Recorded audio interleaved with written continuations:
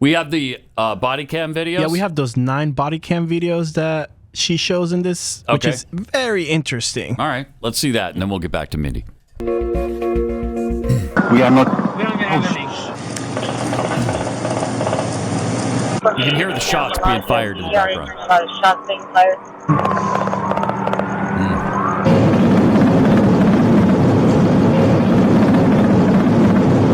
Units, we're getting a 415A now. Bellagio PDR is hearing a lot of shots being fired. At the Bellagio. Okay. Keep in mind, the main shooting happened in Mandalay Bay. They said one SWAT shot him. Units, we're getting an A now. Bellagio PDR is hearing a lot of shots being fired. The heck? That's 6. Number 6. That's a shot. Several.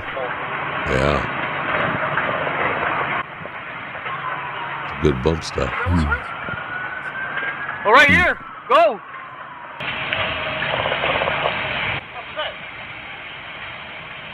Shots, my friend.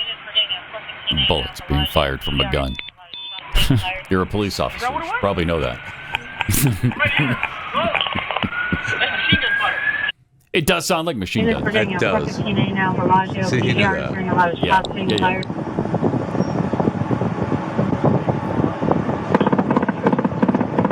Wow. Keep in mind, there are still multiple reports of people seeing a gunman at the Bellagio at this time.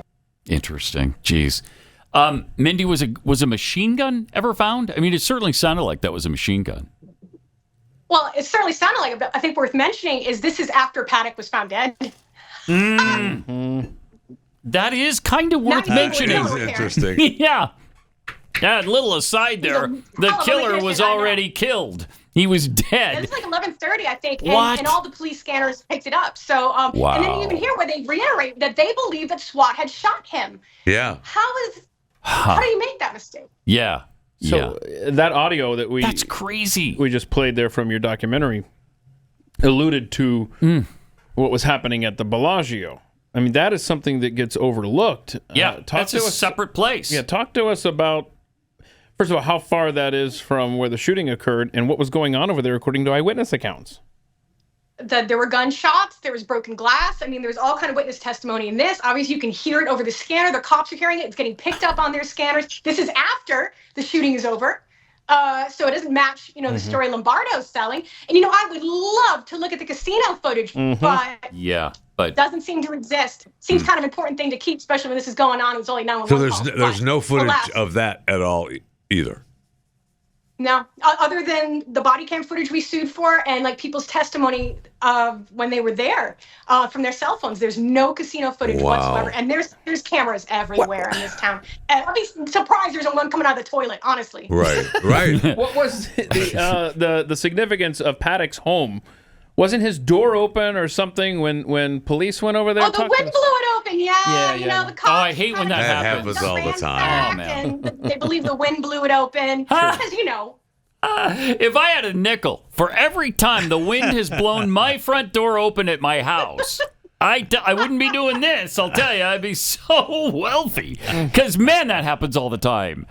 8, 9, 10, 12 times a day. Easy. That's incredible. Come on. What? Okay, and this, So what is that alluding to? That someone went there to plant evidence, or remove evidence, or remove evidence, take evidence, plant evidence. Kind of sounds like our government. Sure does. Right. Yeah. So this obviously, I think Paddock was a spook, so they had to go in and take all the evidence and proof that he wasn't. And another thing worth mentioning, and I don't think I brought up in the documentary, I kind of thought of it afterwards, was I think it was like in 2 other music festivals he'd kind of scoped out. Like, what if that was his job for the government, was to see how safe these things are, and then at one of them, they make it go live and kill him.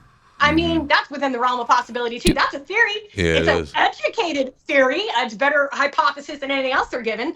But that's one thing I think people need to think and look about. Do you have any thoughts on why they would choose this time and this place for this mass murder?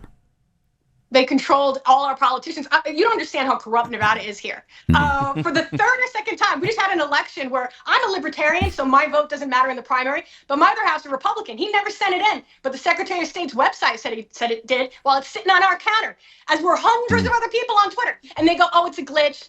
And then that's it. They don't have to, no accountability. They don't have to look into or anything. They did the same thing with the primary last year when Lombardo won. 40,000 people couldn't vote because of a DMA glitch, sent them a nonpartisan ballot. So you can only vote on like justice of the peace and crap no one cares about, and which didn't affect the Democrats because they're running an incumbent.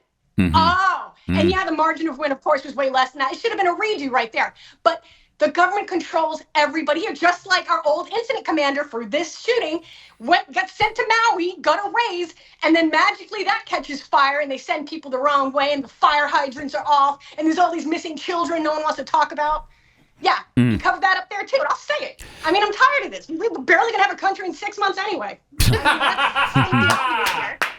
government owns everybody in the state of Nevada.